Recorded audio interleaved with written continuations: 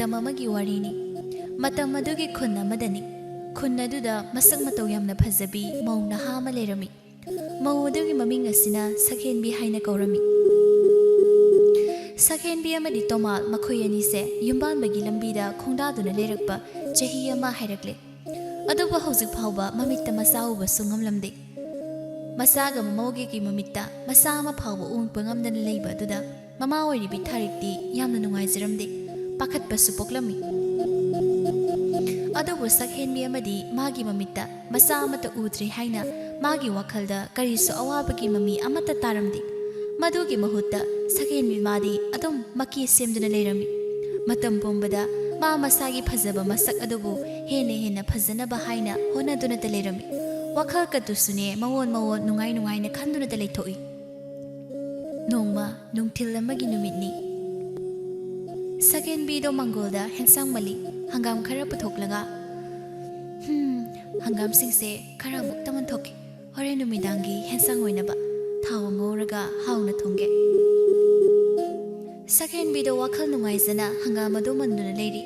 ꯃꯇꯥꯡ ꯑꯗꯨꯗ ꯏꯃꯨꯡꯂꯣꯝꯗꯒꯤ ꯑꯃꯨꯛ ꯃꯅꯦꯝ ꯊꯥꯔꯤꯛꯇꯣ ꯊꯣꯔꯛꯂꯝꯃꯤ ꯑꯗꯨꯒ ꯃꯃꯧꯅ ꯇꯧꯔꯤꯕ ꯊꯕꯛ ꯑꯗꯨꯗ ꯌꯦꯡꯂꯒ ꯍꯥꯏꯔꯛꯂꯤ ꯍꯩꯃꯥ ꯁꯛꯍꯦꯟꯕꯤ ꯍꯪꯒꯥꯝ ꯃꯜꯂꯤꯔꯣ ꯅꯪꯒꯤꯁꯤꯕꯣ ꯁꯛꯍꯦꯟꯕꯤꯅ ꯍꯣꯏ ꯃꯥ ꯃꯜꯂꯤꯅꯤ ꯍꯣꯔꯦꯟ ꯅꯨꯃꯤꯗꯥꯡꯒꯤ ꯍꯦꯟꯁꯥꯡ ꯑꯣꯏꯅꯕ ꯍꯥꯏꯅ ꯑꯣ ꯃꯟꯁꯤꯜꯂꯣ ꯍꯣꯔꯦꯟꯅꯦ ꯐꯖꯅ ꯍꯪꯒꯥꯝꯗꯣ ꯊꯣꯡꯂꯣ ꯑꯗꯨꯒꯅꯦ ꯃꯣꯔꯣꯛ ꯑꯃꯅꯦ ꯁꯥꯇꯛꯅ ꯃꯦꯠꯂꯒ ꯍꯥꯎꯅ ꯆꯥꯁꯤ ꯍꯣꯏ ꯃꯥ ꯊꯥꯔꯤꯛꯇꯣ ꯑꯃꯨꯛ ꯃꯃꯧꯒꯤ ꯃꯅꯥꯛꯇ ꯐꯝꯊꯔꯛꯂꯗꯨꯅ ꯍꯥꯏꯔꯛꯂꯤ ꯁꯦ ꯀꯗꯥꯏ ꯏꯃꯥꯁꯨꯅꯦ ꯃꯪꯁꯤꯜꯂꯛꯀꯦ ꯅꯪꯒꯤ ꯍꯪꯒꯥꯝ ꯑꯁꯦ ꯄꯨꯟꯅꯅꯦ ꯃꯟꯊꯣꯛꯃꯤꯟꯅꯔꯁꯤ ꯋꯥꯔꯤ ꯁꯥꯗꯨꯅ ꯁꯛꯍꯦꯟꯕꯤꯁꯨ ꯈꯨꯝꯂꯛꯏ ꯅꯣꯡꯃꯤ ꯎꯃꯤ ꯍꯣꯏ ꯃꯥ ꯌꯥꯏꯌꯦ ꯑꯗꯨꯅ ꯐꯔꯅꯤ ꯑꯗꯨꯅꯤ ꯑꯗꯣꯝꯗ ꯊꯥꯔꯤꯛ ꯑꯃꯁꯨ ꯃꯃꯧ ꯅꯨꯄꯤꯅ ꯍꯪꯒꯥꯝ ꯃꯜꯂꯤꯕ ꯑꯗꯨꯗ ꯌꯥꯎꯁꯤꯜꯂꯛꯂꯝꯃꯤ ꯍꯪꯒꯥꯝ ꯃꯜꯂꯤꯕ ꯑꯗꯨꯗ ꯌꯥꯎꯁꯤꯜꯂꯛꯂꯒ ꯑꯗꯨꯒ ꯄꯨꯟꯅ ꯍꯪꯒꯥꯝ ꯑꯗꯣ ꯃꯃꯧ ꯁꯛꯍꯦꯟꯕꯤ ꯑꯗꯨꯒ ꯃꯟꯃꯤꯟꯅꯔꯤ ꯇꯨꯃꯤꯟꯅ ꯉꯥꯏꯍꯥꯛ ꯂꯩꯅꯔꯨꯔꯕ ꯃꯇꯨꯡꯗ ꯊꯥꯔꯤꯛꯅ ꯃꯃꯧꯕꯨ ꯀꯧꯗꯨꯅ ꯍꯥꯏꯕ ꯍꯧꯔꯛꯂꯤ ꯊꯥꯔꯤꯛꯅ ꯏꯃꯧ ꯏꯕꯦꯝꯃ ꯁꯛꯍꯦꯟꯕꯤ ꯃꯥꯁꯨ ꯈꯨꯝꯂꯛꯏ ꯏꯃꯥ ꯇꯥꯏꯌꯦ ꯀꯩ ꯍꯥꯏꯒꯦ ꯊꯥꯔꯤꯛꯇꯣ ꯃꯈꯥ ꯇꯥꯔꯛꯇꯨꯅ ꯋꯥ ꯍꯥꯏꯔꯛꯂꯤ ꯀꯩꯁꯨ ꯍꯥꯏꯗꯦꯗ ꯁꯨꯝ ꯀꯧꯕꯅꯤ ꯏꯃꯥꯅ ꯏꯃꯧꯕꯨ ꯑꯁꯨꯝ ꯋꯥ ꯑꯃ ꯍꯥꯏꯅꯤꯡꯂꯤꯕꯅꯤ ꯏꯃꯥꯅ ꯅꯈꯣꯏꯒꯤ ꯅꯐꯝꯗ ꯅꯪꯉꯣꯟꯗꯁꯨꯅꯦ ꯑꯗꯨꯒ ꯅꯪꯒꯤ ꯇꯥꯇꯣꯟꯗꯁꯨ ꯍꯥꯏꯅꯤꯡꯕ ꯋꯥ ꯑꯃꯗꯤ ꯂꯩꯔꯤꯕꯅꯤ ꯁꯛꯍꯦꯟꯕꯤꯅ ꯀꯔꯤ ꯋꯥ ꯑꯣꯏꯔꯕꯅꯣ ꯏꯃꯥ ꯑꯗꯨꯝ ꯍꯥꯏꯕꯤꯌꯣ ꯅꯃꯧꯗ ꯀꯔꯤ ꯃꯇꯥꯡꯒꯤ ꯋꯥꯐꯝ ꯑꯣꯏꯗꯣꯏꯅꯣ ꯊꯥꯔꯤꯛꯅ ꯇꯞꯅ ꯍꯥꯏꯔꯛꯏ ꯑꯇꯩ ꯑꯃꯒꯤ ꯅꯠꯇꯦꯗ ꯀꯩꯁꯨ ꯅꯠꯇꯦ ꯌꯦꯡꯉꯣ ꯅꯪꯒ ꯅꯪꯒꯤ ꯇꯥꯇꯣꯟꯒꯅ ꯌꯨꯝꯕꯥꯜꯂꯛꯇꯨꯅ ꯂꯩꯔꯛꯂꯤꯕꯁꯤ ꯆꯍꯤ ꯑꯃꯗꯤ ꯃꯄꯨꯡ ꯐꯥꯔꯦ ꯑꯗꯨꯕꯨ ꯍꯧꯖꯤꯛ ꯐꯥꯎꯕ ꯅꯈꯣꯏ ꯑꯅꯤꯃꯛꯀꯤ ꯀꯣꯛꯇ ꯑꯉꯥꯡ ꯌꯥꯎꯕꯒꯤ ꯀꯣꯛ ꯑꯃ ꯏꯆꯦꯟ ꯆꯦꯟꯗꯕꯗꯒꯨꯝ ꯇꯧꯔꯤ ꯑꯁꯨꯛ ꯀꯨꯏꯔꯕ ꯂꯨꯍꯣꯡꯕ ꯐꯥꯎꯕ ꯆꯍꯤ ꯐꯥꯔꯕꯁꯤ ꯏꯁꯨ ꯑꯃ ꯐꯥꯎꯕ ꯌꯥꯎꯗ꯭ꯔꯤ ꯃꯁꯤꯒꯤ ꯃꯇꯥꯡꯗꯅꯤ ꯏꯃꯥꯅ ꯋꯥ ꯍꯥꯏꯅꯤꯡꯂꯤꯕꯁꯤ ꯅꯈꯣꯏ ꯑꯅꯤꯒꯤ ꯅꯐꯝꯗ ꯁꯛꯍꯦꯟꯕꯤꯗꯣ ꯃꯅꯦꯝ ꯊꯥꯔꯤꯛꯅ ꯍꯥꯏꯔꯛꯂꯤꯕ ꯋꯥꯗꯣ ꯇꯥꯕꯗ ꯃꯍꯥꯛꯇꯤ ꯊꯣꯏꯅꯒ ꯇꯥꯅꯤꯡꯕ ꯄꯣꯛꯄ ꯍꯥꯏꯕꯗꯣ ꯑꯣꯏꯔꯝꯗꯦ ꯑꯗꯨꯅ ꯈꯨꯝꯂꯛꯏ ꯑꯁꯨꯝꯅ ꯄꯥꯎꯈꯨꯝꯗꯣ ꯁꯛꯍꯦꯟꯕꯤꯅ ꯍꯣꯏ ꯆꯨꯝꯃꯤ ꯏꯃꯥꯅ ꯍꯥꯏꯕꯤꯔꯤꯕꯁꯤꯡꯗꯣ ꯂꯣꯏꯅ ꯂꯨꯍꯣꯡꯕ ꯆꯍꯤ ꯐꯥꯔꯕ ꯐꯥꯎꯕ ꯍꯧꯖꯤꯛ ಫಾꯎꯕ ಇಮಿತ್ತ ಇಚ್ಚಾ ಉಬಗಿ ತಂಜಾ ಲೇತ್ರೆ ಊದದುನ ಲೇರಿ ಹೋಯ್ ಚುಮೀಮಾ ಇಮಾನ ಹೈಬೇರಿಬಸಿಂಗೋ ಲೋಯ್ನಾ ಲುಹೋಂಬ ಚಹಿ ಫಾರಬ ಫಾꯎಬ ಹೌಜಿ ಫಾꯎಬ ಇಮಿತ್ತ ಇಚ್ಚಾ ಉಬಗಿ ತಂಜಾ ಲೇತ್ರೆ ಊದದುನ ಲೇರಿ ಖಂಗದೇದ ಇಮಾಸಿ ꯑꯩꯈꯣꯏꯒꯤꯁꯨ ꯏꯁꯣꯔꯅ ꯇꯝꯕ ꯃꯇꯥꯡ ꯑꯃ ꯍꯥꯏꯗꯣ ꯂꯥꯛꯇꯨꯅ ꯅꯣꯡꯃ ꯅꯠꯇ꯭ꯔꯒ ꯅꯣꯡꯃꯗꯤ ꯏꯆꯥ ꯌꯥꯎꯖꯔꯛꯁꯤꯅꯤꯗꯣ ꯏꯃꯥ ꯃꯃꯧꯒꯤ ꯋꯥꯗꯨꯗ ꯊꯥꯔꯤꯛꯇꯣ ꯇꯥꯅꯤꯡꯕ ꯑꯣꯏꯗ꯭ꯔꯗꯨꯅ ꯍꯥꯏꯔꯛꯂꯤ ꯑꯁꯨꯝ ꯑꯁ ꯏꯃꯧ ꯏꯕꯦꯝꯃ ꯌꯥꯔꯣꯏꯅꯤ ꯅꯣꯏꯕꯣ ꯊꯣꯛꯂꯕ ꯑꯃ ꯂꯥꯏꯅ ꯇꯝꯂꯕ ꯑꯃ ꯂꯥꯛꯆꯕ ꯍꯥꯏꯅ ꯍꯥꯏꯔꯤꯕꯗꯣ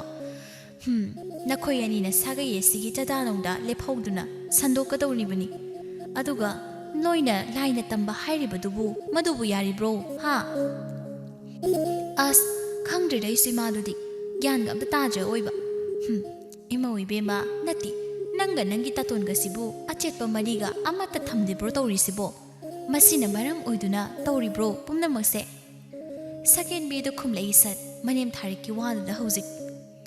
ꯑꯁ ꯏꯃꯥ ꯀꯔꯤꯅꯣꯗ ꯀꯩ ꯋꯥꯇꯥꯅꯣꯗꯨꯕꯣ ꯍꯥꯏ hanglibasi thawai na nine nangbu sakhenbi phagi ta thokpa yaba wana tini nangbo sakhenbi no wado hainaraktruduna samjilaktuna hairaklemi wa asumna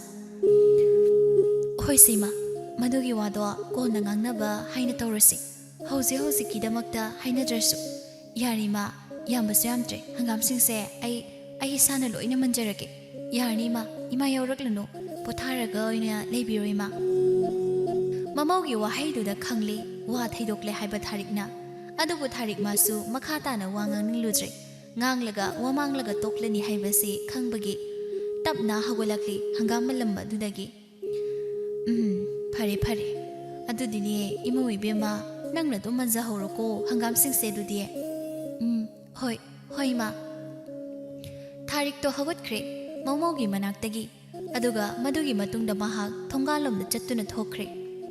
manemne hek manaktagi chatkibaga sakhenbido murum suladuna wa hairakli otokna wari letrabadong dangai kitang hek tawraga angang senabada isa kase loina thijanabagi wari aina si khangbagi thawaina angang yawhandana thamlibani se akaiba kaya marum laktoribano khangdi aina angang yawdabasida gyan ga tadi sakhenbido mathantanata asumna subsoli aduga amuksu haiziraklamiwa pokiro yaukiro angamta hainingba haizona mutkera tungera sagai amta khangde sak thijin mangamoi aidi adugane ngamkhire angang yawba phazakhini aidi phazabadane ngawba miyoi singdagi sel tankhini soidana ne tankhini wahai khare do hairaga sakhenbido mumu nokli nokna mahak hangam malibado loisinna batawri thuna tasengna sakhenbi magi wakhalda angang yawbagi kokse jendre hauji phawba mahangna hauji pamlibase magi masak phajaba amadi sel thum kaya amasuni amaromda sakhenbi ase phajabada yamna ngausaba pamjaba mi amani adomda sakhenbi mana hangam singdo manbeloira batungda inthina samthoklaga thamjinkhre numidang oiramgi matam amani sakhenbido mingsil mamangdude set kaba makhai machum tana kiduna leiri mamai mamit kesinduna loiraga sakhenbido makhutta sanabun machama pairaduna thokrakli ising sokpa maga loinaduna laklibi leisabi macha kharasu leisabi sing adubu irang pambi irang phabi ngakta oina tawri makhoi singdo wari kaya sa duna punna lakminaraga nokminari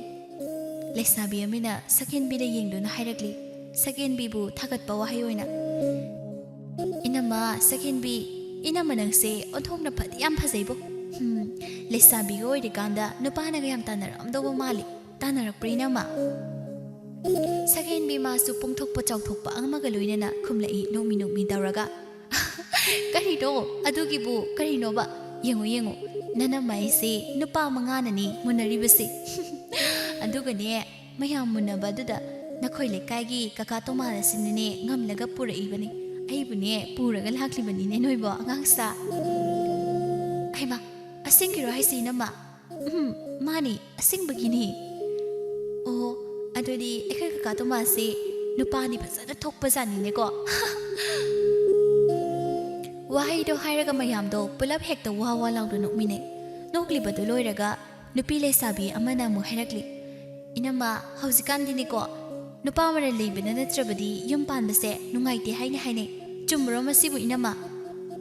sakhenbi sakhumlai chumi mado yam chumbu wafamni madunani lesaringai khangnari koinari matamdane makhal koigedaba yengthokadabani nupa haisidi angang sanoi nana makhoidi makhal ga koiba phanglaktreda tawrise adunani nakhoidi koihaningi ko yamna makhal hoinama koiraga loire aduni koihau nupi lesabi amana mo sakhenbida phagi tawbai kaiboi tawduna mo hairaklammi asum ado inamadi hauji sudum koibu yakhini dainama sak haira damma na phajare as munnabu yengsiluradi inamane hena ekhoidagi phajabase hengre wani inama amani tang hek sat koisinse haibro yengsiro sakhenbido lesabi machaduna hairaklibo wado taraga magi mapukningdo mahon khalakli wakhaladda phattaba wakhalama pokre ithilama changkre sakhenbido noklaga is ꯀꯔꯤꯅꯣꯅꯦ ꯍꯥꯏꯁꯤꯕꯣ ꯑꯩꯕꯨ ꯑꯃ ꯑꯅꯤꯃꯨꯛ ꯀꯣꯏꯁꯜꯂꯣ ꯍꯥꯏꯔꯤꯕ꯭ꯔꯣꯅꯦ ꯑꯉꯥꯡ ꯁꯥꯅꯣꯏꯕꯣ ꯍꯣꯏ ꯍꯣꯏ ꯏꯅꯝꯃ ꯀꯣꯏꯌꯣꯕ ꯁꯦꯟꯖꯥꯎ ꯄꯥꯏꯕ ꯑꯃ ꯀꯣꯏꯁꯤꯟꯅꯕ ꯇꯧꯁꯤꯕ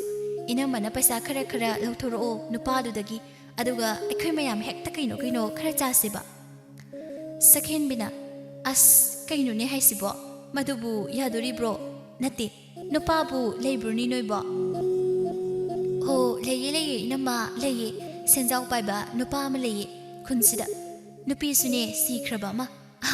ꯏꯅꯝꯃ ꯅꯪ ꯃꯗꯨꯒꯤ ꯅꯨꯄꯥꯗꯨꯗꯒ ꯑꯣꯏꯅ ꯂꯩꯈ꯭ꯔꯗꯤꯅꯦ ꯅꯪꯕꯨ ꯅꯨꯡꯉꯥꯏꯗꯣꯏꯖꯥꯅꯤꯀꯣ ꯁꯅꯥꯒꯤ ꯈꯣꯡꯖꯤꯕꯨ ꯁꯤꯕꯤꯒꯦꯒ ꯍꯥꯏꯔꯛꯀꯅꯤ ꯅꯨꯄꯥꯗꯨꯅ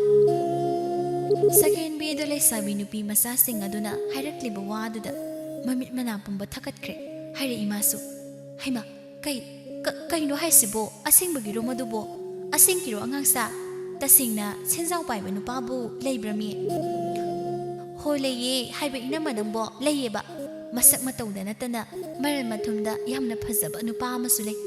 ꯑꯗꯨꯗꯣ ꯃꯗꯨꯒꯤ ꯅꯨꯄꯥꯗꯣ ꯏꯅꯝꯃ ꯅꯪꯅ ꯍꯦꯛꯇ ꯀꯣꯏꯁꯤꯜꯂꯁꯤꯃꯤ ꯏꯅꯝꯃ ꯁꯛꯍꯦꯟꯕꯤꯗꯣ ꯊꯃꯣꯏ ꯏꯊꯛ ꯍꯧꯔꯦ ꯑꯉꯥꯡ ꯃꯌꯥꯝꯁꯤꯡꯗꯒꯤ ꯋꯥꯂꯨ ꯇꯥꯔꯒ ꯍꯥꯏꯔꯛꯂꯤ ꯇꯔꯞꯅ ꯅꯣꯛꯃꯤ ꯇꯧꯔꯒ ꯁꯛꯍꯦꯟꯕꯤꯅ ꯑꯁ ꯑꯉꯥꯡꯁꯥ ꯅꯣꯏꯕꯨ ꯀꯣꯟꯅꯒ ꯅꯈꯣꯏ ꯇꯥꯇꯣꯃꯥꯅꯒ ꯈꯪꯂꯛꯂꯕꯗꯤ ꯐꯔꯛ ꯑꯃ ꯏꯇꯥꯒ ꯇꯥꯔꯛꯂꯣꯏꯗ꯭ꯔꯃꯤ ꯇꯧꯔꯤꯁꯤꯕꯣ ꯈꯪꯂꯛꯂꯕꯗꯤ ꯅꯨꯡꯉꯥꯏꯔꯣꯏꯅꯤ ꯂꯩꯁꯥꯕꯤ ꯑꯃꯅ ꯐꯠ ꯑꯃꯨꯛ ꯍꯥꯏꯔꯛꯂꯤ ꯑꯁ ꯀꯔꯤꯅꯣ ꯑꯗꯨꯒꯤꯕꯨ ꯑꯃꯨꯛ ꯏꯆꯦ ꯈꯪꯂꯒꯅ ꯀꯣꯛ ꯀꯥꯏꯅ ꯊꯣꯛꯂꯒ ꯂꯣꯏꯔꯦ ꯀꯔꯤꯅꯣ ꯇꯥꯇꯣꯃꯥꯗꯨꯒ ꯑꯗꯨꯒꯤꯕꯨ ꯌꯥꯝ ꯂꯥꯏꯔꯦꯗ ꯍꯩꯃ ꯑꯗꯨꯅ ꯐꯔꯗ꯭ꯔꯅꯦ ꯑꯉꯥꯡꯁꯥ ꯐꯗꯣꯏꯅꯤ ꯏꯅꯝꯃ ꯐꯗꯣꯏꯅꯤ ꯋꯥꯍꯩꯁꯤꯡꯗꯣ ꯍꯥꯏꯅꯔꯒ ꯃꯈꯣꯏ ꯄꯨꯂꯞꯇ ꯅꯣꯛꯃꯤꯟꯅꯩ ꯋꯥ ꯂꯥꯎꯅ ꯁꯛꯍꯦꯟꯕꯤꯗꯣ ꯇꯁꯦꯡꯅ ꯋꯥꯈꯜ ꯑꯗꯨ ꯄꯨꯡꯑꯣꯟ ꯑꯃ ꯑꯣꯟꯈ꯭ꯔꯦ ꯅꯨꯄꯥ ꯀꯣꯏꯅꯤꯡꯕꯒꯤ ꯏꯊꯤꯜ ꯑꯃ ꯐꯥꯎꯈ꯭ರೆ ꯑꯗꯣꯝꯅ ꯁꯛꯍꯦꯟꯕꯤꯗꯣ ꯅꯨꯄꯤ ꯂꯩꯁꯥꯕꯤ ꯃꯆꯥꯁꯤꯡꯗꯨꯒ ꯋꯥꯔꯤ ꯋꯥꯇꯥꯏ ꯇꯧꯗꯨꯅ ꯏꯁꯤꯡ ꯁꯣꯛꯂꯕ ꯃꯇꯨꯡꯗ ꯑꯃꯨꯛ ꯃꯈꯣꯏ ꯄꯨꯟꯅ ꯍꯜꯂꯛꯃꯤꯟꯅꯔꯦ ꯍꯜꯂꯛꯄꯒꯤ ꯂꯝꯕꯤꯗꯨꯗ ꯅꯨꯄꯥ ꯄꯥꯈꯪ ꯈꯔꯁꯨ ꯂꯩꯔꯛꯂꯤ नुपा पाखंग मसासिंगदो नुपी लेसाबिसिंग अदुदा लग्नबगी महुत्ता मसंग मतौ फजबी सकेनबिसिदा ओइना लग्नरगले मतौ अदुबु उरगा सकेनबिदि मथंता मपुनिंगदा हरावबा मपुक्सरमी पाखंग मना हायरगले लेसाबी मसक थीबी मयाम मरगसिदा मसक इफा फजबी मौंग नहा म यावरेदना अथोकनसु फजगेरगो लेसाबी नोइगा लोइना लेहौरे वाने कमाय तोइनो सिबो नुपा पाखंग अदुगी पाखोमोइना नुपी मना खुमी हो फजबनी अखोई इनमा सकेनबिसे लम यौना हेक निंथीबे हाबदो ओइबनी अखोई मयामदगी माना nganthoi puthoi हेनबनी अदुनी मसक फजबसी उबदको मौनी कायना हाइबदने हेक काउथोके तौरेको मौ ओइना लौनिंगप फौरेको इसासे ओइबा नुपा पाखंदगी वातादुदा नुपीसिंगदो लोइना नोकली दोकली सकेनबि मासु मचिन खुमदुना नोकली दोकली तुमिना हो याये काउथोकलसु महोइजरसुने असेंकी मौनी मसक फजबी मौ हाइदो अखोई इनामसिनी खंगजरबो नोइबो हो खंगजरनी ngasiगidi अस अदो इतैमा मसक फजबी नंग फदि फजै उबदने मौनीगा खंगदे हंदमुक्ति सकेनबिदो नुकमी तौरगा वा हायरकली हो फजब यामना पामिसिबु कहिगिनो नरे लेरदी फजबी ऐसे नंगी ओइसिरोदना फजबदा ngaव पाखंग अस लोइरे हे इतमा नंगी वातासिदी अस वाहैदो हायरगा नुपा पाखंग सिंगदो नोकली लेसाबी सिंग अमदी सकेनबि सुनोकली अदमदा मिकुप खरा अमुक चना वरी तौरी तसेंगना नुपा पाखंग मजा सिंग अदुना सकेनबिबु उबदा अपाम नुसिबा हाइबदो पोकले नुपा पाखंग मजा सिंगदो वहाई वता मयाम तासिलगा सकेनबि मासु मपुकनिंगदा मथुम मरांग अमा हौररि वखलदो मवोन लंफै अमममदा ओइना खंदुना चटखिदौरि चटपसु हौख्रि अदमदा नुपा पाखंग मजा सिंगदुना लग्नदुना लाकपना काइनरक्लदुना सकेनबि मासु मयुमदा हंजिलक्ले सकेनबिदो मयुम हेक यौबदा महक मसागी सकफमदो मखोइगी मिंगसेल अमगी ममांगदा लेपदुना मुन्ना अदुकी मतिक मुन्ना येंगली येंगना मचिंदगी हायरकली वहायोइना सकेनबि माना असुमना ऐसे ऐगी सक्सी तसिंगना फादी फजबा जानिको ऐना फजद्रगबो Makhoi mayamduna nusi pamiga haikigadrane laknarakigadrane noina aina isakse thiramlabadi kaisu laknaroida kaisum hairaktabasu yai phajabagini aibu laknarido makhoina phajabagi wahai singdo hairaga amu monda nungaina noksei madugi matungda amu sakhenbido tamna phamungi masida phamtharakle aduga amu su wakhaladuna mawon khaladuna haizai mathanta aibu tasina makhoi leisabi masa singduna haiba nupa nupi leikidraba nupa haidubu koisilarshine madu koirubadi sil sana lupadi watloi haina haibanine kanade masidi matamangan bai thona mang hekta koisinduna khangna thoklaga sel khare lawdaba yadre madudagi lawdaba yadre bai madugi sel sinduna sanadum sadokke singna nusiba sajinaraga kanade ai hekta ne koiragida koisilagida madugi senjau paiba nupado Sakhenbido magi siranaba wakhal mayam amada makok aduda nilladuna lekhre khongthang amada mahak soirakadore adubu mahak masana yana thangningba khongthang ama oibana thangloi haina phaba khambasu yadre ngamlaroi numidang chak ising chanabagi matam haibado oikraba matungdani tharik masu tumthakraba matamni ka manung adudagi makhoi matai manaw tomala amadi sakhen makhoi anido wari sanarami Tomalna haidai Sakhenbi aikhoi ni yum panduna lerak minarisi chahidi pharaba maleni ko torise Sakhenbi su khumlei phari ta ton chahi ma helapna phari kuiri aduni phari adubu aikhoi ni gi mitta ngasi phawbada ichamatu su uba ngamdana leiribase ai yamna nungaiti wakhalse yamna piksan bagomna tawai Mapurebagi waduda Sakhenbi madi taningba haibada oidre adubu mahak tasineraduna khumlei Sakhenbina adubudi karino makhoi taton ai samna nungaitribase tasingna nungaiti imite chama phawba udaduna leibase amusu pakhatcharibani aibu tatonna mirai birasra haina Tomaldo Sakhenbi gi waduda khumlei maso Sakhenbi Nangbudi gaisu aina mirai roda mirai batorui kaidaununda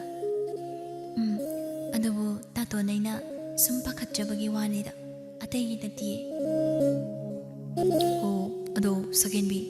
wa mata sum khanasidana aikhoi ni kopna manna Sakhenbina hayo aikhoi ni se sumaina sum imita ichawdana yawdana leibadi yaroi tungda mangcheba kayam lakani Maramaduna Sakhenbi do khumningdana khumlei aduna kaidu sahibna tato aduna Sakhenbi aikhoi ani amai wara kaino ahaiba aphawba mata tanasi tana thokna batausi natragasu layeng sanga phawba phawba mafam amada chatuna yengsi amukte yengthokna batausi aikhoi ni gi imita ichawba ngamnaba Sakhenbi do tomal magi wari do taningdre adubu khumbadi asuma khumlaglemi hoi makhoi taton yengse yengthoknaba tawsi amai bayamna heiba aphaba matanaw thokse aduga yenglase khara leiraga tomalna amu aduni aikhoi ani gisu imitta icha haibado uningla aba kuimankhre kuiri adu makhoi taton pungsi su thengli aini yamna tumningli aduna tumna batawrage ai tumthoklage makhoi taton Mapure batomana wa makasum da thaduna angang yawdabagi maramda wari kaya saraklani khanduna madu tensinna bahaina Sakhenbi mana sattumningle haina hezilakpani adubu tomal madi adumang thaziraduna khumle pare potharo tumthokcharo aishane tumna batawrage hoi makhoi taton wahe singdo hainaraba matungda nupa nupi anido tumna bahaina loina sem sanakre adubu Sakhenbi madi masa matanta madom tasinaba maung amada sonjai asumna karigi icha kari angang popuno ngomoi icha poklaga isak thijinabani mara leitri khulei dasiga machaga su pukningi ꯈꯟꯅꯗꯦ ꯑꯉꯥꯡ ꯂꯩꯁꯥꯕꯤ ꯁꯤꯡꯗꯨꯅ ꯍꯥꯏꯕ ꯅꯨꯄꯥ ꯄꯩꯁꯥ ꯄꯥꯏꯕꯗꯣ ꯃꯗꯨꯅ ꯊꯨꯅ ꯑꯃꯠꯇ ꯈꯪꯅꯍꯧꯗꯕ ꯌꯥꯗꯦ ꯃꯗꯨꯒꯤ ꯅꯨꯄꯥꯗꯨꯒ ꯈꯪꯅꯍꯧꯗꯕ ꯌꯥꯗꯦꯕ ꯊꯨꯅ ꯑꯩ ꯀꯥꯟꯅꯗꯦ ꯃꯉꯣꯟꯗ ꯃꯥꯒꯤ ꯃꯅꯥꯛꯇ ꯑꯣꯏꯅ ꯅꯨꯡꯉꯥꯏꯅ ꯂꯩꯕꯨ ꯂꯩꯊꯣꯛꯀꯦ ꯄꯨꯟꯁꯤꯁꯦ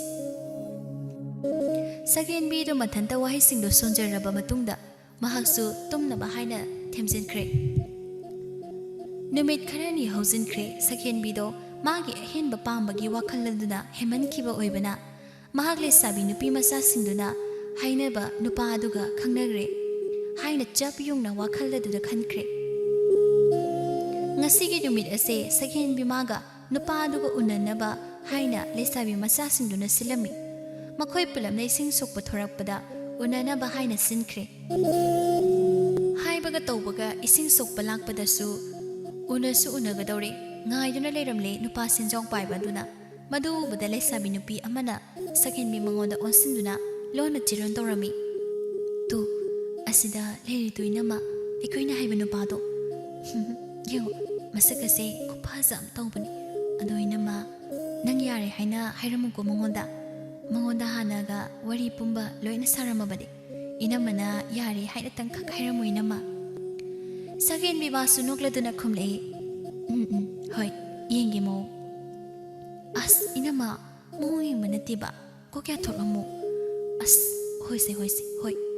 ꯑꯗꯨꯅꯦꯕ ꯑꯗꯨꯝꯅ ꯋꯥꯔꯤ ꯁꯥꯟꯅꯔꯝꯂꯕ ꯃꯇꯨꯡꯗ ꯁꯛꯍꯦꯟꯕꯤꯗꯣ ꯅꯨꯄꯥꯗꯨꯒꯤ ꯃꯅꯥꯛꯇ ꯆꯪꯁꯤꯜꯂꯛꯂꯝꯃꯤ ꯑꯗꯨꯒ ꯋꯥꯔꯤ ꯁꯥꯕ ꯇꯞꯅ ꯍꯧꯔꯛꯂꯤ ꯅꯨꯄꯥ ꯑꯗꯨꯅ ꯍꯥꯏꯔꯛꯂꯝꯃꯤ ꯅꯪꯒꯤ ꯃꯤꯡꯗꯨꯕꯨ ꯁꯛꯍꯦꯟꯕꯤ ꯍꯥꯏꯅ ꯍꯥꯏꯕ ꯅꯠꯇ꯭ꯔꯣ ꯁꯛꯍꯦꯟꯕꯤ ꯃꯥꯁꯨ ꯈꯨꯝꯃꯤ ꯃꯥꯅꯦ ꯇꯥꯃꯣꯒꯤ ꯃꯤꯡꯅ ꯀꯔꯤ ꯀꯧꯒꯦ ꯅꯨꯄꯥꯗꯨꯅ ꯈꯨꯝꯂꯛꯂꯝꯃꯤ ꯑꯩꯕꯨꯗꯤ ꯆꯨꯔꯦꯟ ꯍꯥꯏꯅ ꯀꯧꯏꯅꯦ ꯆꯨꯏꯔꯦꯟ ꯑꯣ ꯑꯗꯨꯗꯤ ꯇꯥꯃꯣ ꯆꯨꯔꯦꯟ ꯍꯥꯏꯅ ꯀꯧꯖꯕ ꯇꯥꯔꯦꯀꯣ ꯆꯨꯏꯔꯦꯟꯅ ꯑꯗꯣ ꯁꯛꯍꯦꯟꯕꯤ ꯅꯪ ꯇꯁꯦꯡꯅ ꯑꯉꯥꯡꯁꯤꯡꯁꯤꯅ ꯍꯥꯏꯕꯗꯣ ꯑꯩꯈꯣꯏ ꯑꯅꯤ ꯅꯨꯡꯁꯤꯅꯕ ꯀꯣꯏꯅꯕ ꯍꯥꯏꯕꯗꯣ ꯌꯥꯔꯕ꯭ꯔꯣ ꯅꯪ ꯇꯁꯦꯡꯅ ꯌꯥꯅꯤꯡꯂꯕ꯭ꯔꯕ ꯁꯛꯍꯦꯟꯕꯤꯗ ꯇꯞꯅ ꯅꯣꯛꯃꯤ ꯈꯨꯝꯂꯛꯏ ꯍꯣꯏ ꯇꯥꯃꯣ ꯑꯩ ꯌꯥꯔꯒꯦ ꯍꯥꯏꯅ ꯈꯟꯖꯕ ꯌꯥꯕꯁꯨ ꯌꯥꯔꯦ ꯑꯗ ꯇꯥꯃꯣ ꯆꯨꯔꯦꯟꯅ ꯁꯠ ꯈꯨꯝꯂꯛꯏ ꯑꯣ ꯑꯗꯨꯒꯤꯗꯤ ꯀꯩꯁꯨꯝꯇ ꯈꯟꯒꯅꯨ ꯅꯪꯒꯤ ꯄꯩꯁꯥ ꯁꯅꯥ ꯂꯨꯄꯥ ꯑꯃꯠꯇ ꯋꯥꯠꯍꯜꯂꯣꯏ ꯅꯪꯕꯨ ꯑꯩꯅ ꯑꯗꯨꯛꯀꯤ ꯃꯇꯤꯛ ꯅꯨꯡꯉꯥꯏꯅ ꯊꯝꯒꯗꯧꯔꯤꯕꯅꯤ ꯊꯕꯛꯁꯨ ꯑꯃꯠꯇ ꯁꯨꯍꯟꯗꯅ ꯊꯝꯗꯧꯔꯤꯕꯅꯤ ꯁꯛꯍꯦꯟꯕꯤ ꯑꯗꯨꯒꯤꯁꯨ ꯃꯊꯛꯇ ꯅꯪꯁꯦ ꯁꯅꯥꯅ ꯄꯨꯝꯌꯣꯡ ꯍꯦꯛ ꯌꯣꯡꯍꯟꯒꯗꯧꯔꯤꯕꯅꯤ ꯑꯩꯅ ꯁꯛꯍꯦꯟꯕꯤꯗ ꯆꯨꯔꯦꯟꯅ ꯍꯥꯏꯔꯛꯂꯤꯕ ꯋꯥꯗꯨ ꯇꯥꯕꯗ ꯃꯃꯤꯠ ꯃꯅꯥꯒ ꯂꯣꯏꯅ ꯊꯛꯀꯠꯈ꯭ꯔꯦ ꯍꯥꯏꯔꯛꯂꯤ ꯈꯜꯂꯤ ꯇꯧꯅ ꯁꯛꯍꯦꯟꯕꯤꯗ ꯍꯣꯏ ꯑꯗꯨꯅꯤ ꯑꯗꯨꯃꯛꯅꯤ ꯑꯩꯅ ꯄꯥꯝꯖꯕꯁꯨ ꯇꯥꯃꯣ ꯃꯗꯨꯃꯛꯅꯤ ꯑꯩꯕꯨꯅꯦ ꯇꯥꯃꯣꯒꯤ ꯃꯅꯥꯛꯇ ꯂꯩꯍꯟꯗꯅ ꯌꯥꯝ ꯅꯨꯡꯉꯥꯏꯅ ꯊꯝꯕꯤꯌꯨꯀꯣ ꯊꯕꯛꯀ ꯃꯅꯥ ꯑꯝꯇ ꯁꯨꯗꯅ ꯊꯝꯕꯤꯌꯨꯀꯣ ꯇꯥꯃꯣ ꯁꯅꯥꯁꯨ ꯃꯌꯥꯝ ꯁꯥꯕꯤꯌꯨꯀꯣ ꯑꯩꯒꯤ ꯆꯨꯔꯦꯟꯁꯨ ꯁꯛꯍꯦꯟꯕꯤꯒꯤ ꯃꯇꯧꯗꯨꯗ ꯅꯣꯛꯂꯗꯨꯅ ꯈꯨꯝꯂꯛꯏ ꯁꯥꯅꯤ ꯅꯪꯒꯤ ꯁꯅꯥ ꯂꯤꯛ ꯃꯌꯥꯝ ꯑꯃ ꯁꯥꯒꯅꯤ ꯑꯩꯅ ꯑꯗꯨꯗ ꯅꯠꯇ ꯅꯪꯒꯤ ꯁꯅꯥꯒꯤ ꯈꯣꯡꯖꯤ ꯐꯥꯎꯕ ꯁꯥꯒꯗꯧꯔꯤꯕꯅꯤꯁꯦ ꯑꯗꯨꯒꯤꯕꯨꯗꯤ ꯁꯛꯍꯦꯟꯕꯤꯗ ꯍꯔꯥꯎꯕꯅ ꯁꯤꯈ꯭ꯔꯦ ꯋꯥꯍꯩ ꯑꯗꯨꯗ ꯑꯌꯥ ꯑꯁꯦꯡꯕꯒꯤꯔꯣ ꯇꯥꯃꯣ ꯑꯁꯦꯡꯕꯒꯤꯔꯣ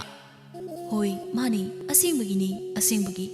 ꯑꯗꯣ ꯑꯩꯈꯣꯏ ꯑꯅꯤ ꯅꯨꯡꯁꯤꯅꯔꯁꯤꯀꯣ ꯍꯣꯏ ꯇꯥꯃꯣ ꯅꯨꯡꯁꯤꯅꯔꯁꯤ ꯑꯗꯣ ꯅꯨꯡꯇꯤꯒꯤ ꯎꯅꯁꯤꯀꯣ ꯑꯩꯈꯣꯏ ꯑꯅꯤ ꯅꯪꯁꯨ ꯑꯗꯨꯝ ꯅꯨꯡꯇꯤꯒꯤ ꯏꯁꯤꯡ ꯁꯣꯛꯄ ꯃꯐꯝꯁꯤꯗ ꯂꯥꯛꯑꯣ ꯑꯩꯁꯨ ꯅꯪꯕꯨ ꯅꯨꯡꯇꯤꯒꯤ ꯎꯅꯕ ꯃꯐꯝꯁꯤꯗ ꯊꯣꯔꯛꯀꯦꯀꯣ ꯁꯛꯍꯦꯟꯕꯤꯅ ꯍꯣꯏ ꯊꯣꯔꯛꯀꯦ ꯇꯥꯃꯣ ꯑꯗꯣ ꯅꯨꯡꯇꯤꯒꯤ ꯑꯩꯕꯨ ꯎꯅꯕ ꯈꯨꯗꯤꯡꯒꯤ ꯑꯩꯒꯤ ꯑꯍꯥꯎꯕ ꯀꯩꯀꯩ ꯃꯌꯥꯝ ꯄꯨꯔꯛꯑꯒ ꯆꯥꯅꯕ ꯄꯩꯁꯥꯁꯨ ꯃꯌꯥꯝ ꯄꯤꯌꯨꯀꯣ ꯇꯥꯃꯣ ꯄꯤꯅꯤ ꯁꯣꯏꯗꯅ ꯄꯤꯒꯅꯤ ꯍꯣꯏ ꯁꯛꯍꯦꯟꯕꯤꯗꯣ ꯃꯄꯨꯛꯅꯤꯡꯗ ꯍꯔꯥꯎꯃꯟꯕꯅ ꯅꯣꯛꯇꯨꯅꯇ ꯂꯩꯔꯤ ꯃꯇꯥꯡ ꯑꯗꯨꯗ ꯆꯨꯔꯦꯜꯗꯣ ꯃꯥꯒꯤ ꯐꯨꯔꯤꯠ ꯈꯥꯎꯗꯒꯤ ꯄꯩꯁꯥ ꯈꯔ ꯂꯧꯊꯣꯔꯛꯂꯦ ꯃꯗꯨ ꯎꯕꯗ ꯁꯛꯍꯦꯟꯕꯤꯗꯣ ꯃꯃꯤꯠ ꯃꯅꯥ ꯊꯛꯅ ꯌꯦꯡꯂꯤ ꯆꯨꯔꯦꯜꯗ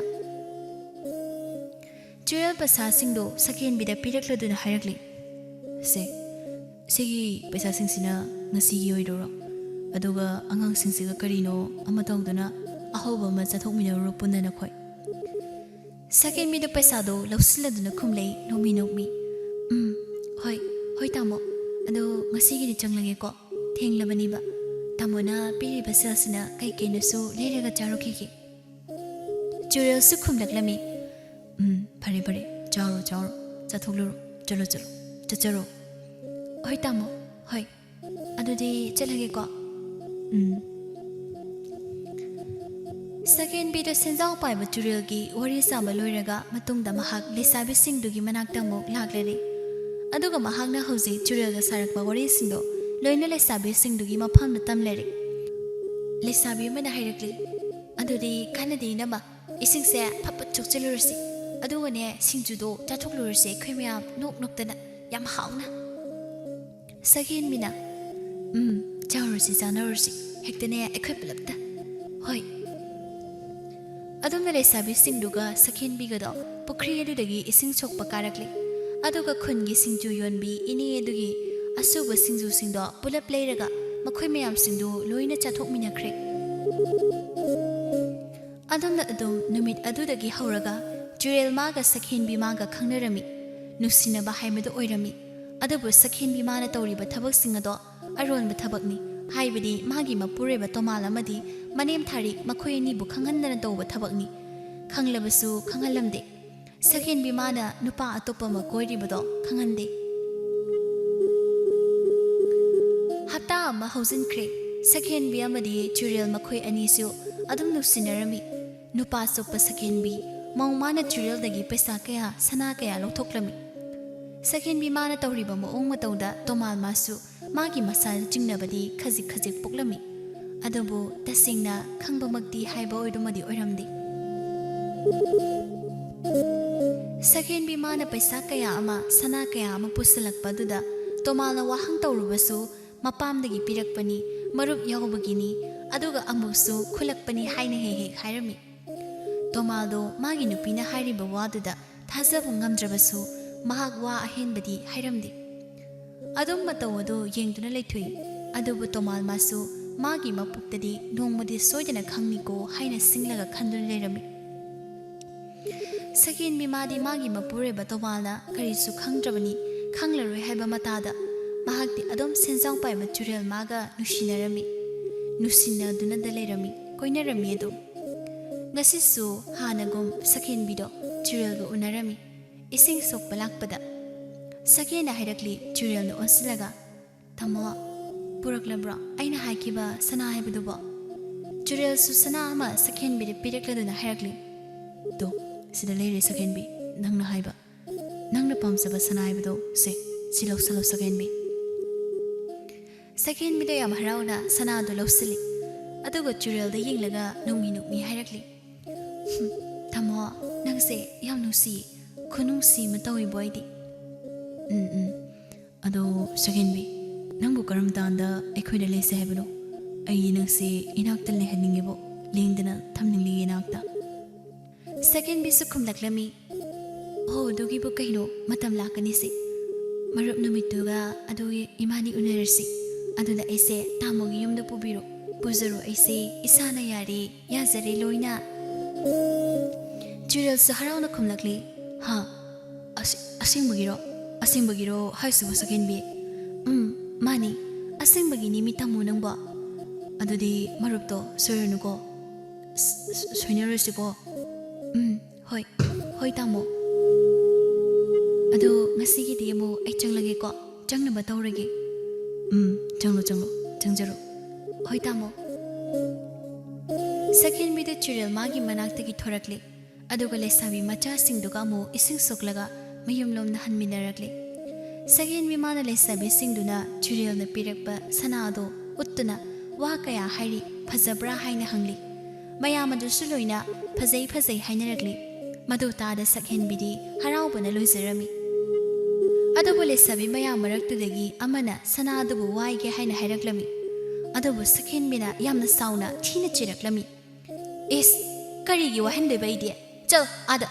aina phawa sidriba sana asibu nangna waige yaroi waibaga piroi sungpi hek piroi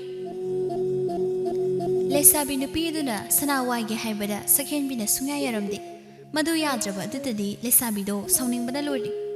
lesabi nupido mabukta singduna solakrami Oh, pay pay. Atuk nabu pataba. Nupa chopi pang nangi na wada warak khan batare dana. Nawasu ekwini yamna semiba. Aduga ngakchaw su theglakpa. Pay pay madudi. Nang na tek chedi ba ngaksaw do tut batare dana. Nupa chopi maunang lesay na seba phanganduna gyan tahan batare dana. Lesabi nupi duna Sakhenbi bu sawningba pokiduna magi aronba pumba singdo Sakhenbi magi mapure ba tomal magi maphamda haidok tam thoklagi haina khankhre chap yungna mapukningda haibaga khanbaga chamanana lesabi nupi duna tomal mana thabak halakpagi lambida thattuna loina haidoklamle Sakhenbi mana lona tawriba singado tomaldo madu tabada sawbana mai hauramni oh aina kuina chingnarakli siri chummidana yamna pharejan nangna haidorakpa kuirabani aina chingnaba phai madudi ngasidi ma warakpa tare warak khangni manam tatna phudagidana tomagi waduna lesabi nupi eduna henasu inot hablalami tatoma inama Sakhenbi se nupa chopi mau haibado tasingna oirabani ko tasingna maramaduna ne inamadu warakpi yang warakpi phasana mana pusilakliba sel sana lupa mayamdo nupa dagi ngaktani nupa dagi lokthorappa ngaktani aduna phasana warakpi matung tawdunaba amuk hana tawdunaba Thomas khumi sauna phai khang warakani sojana ainama kharane khara waro khara phudalaga waro aduna tomana mangonda asimbu pungma khangalaklabada tomal masu mayum hek yobaga magi nupi Sakhenbi bu yamna thina phuba cheiba tawduna waraklami mapurebana aduk thina phuraklabada Sakhenbi masu chaina mayamdo khangba ngamda kapsaduna matung amuk hana tawraroi tawzararoi haina hanjin haijaduna kapchari adum tawna tomal magi nupi Sakhenbi gi aronba lechat adu khanglakpaga warakpadagi Sakhenbi do gyan takre mahak aduga amaromda senjaw paiba jurel mahakti apang taduna tokhori Lausitta khasna thibagum taduna lehori haibadi jurel mana arembada Sakhenbi mangonda sana kaya sil kaya piribado arembada pithokpaga chap manana thokle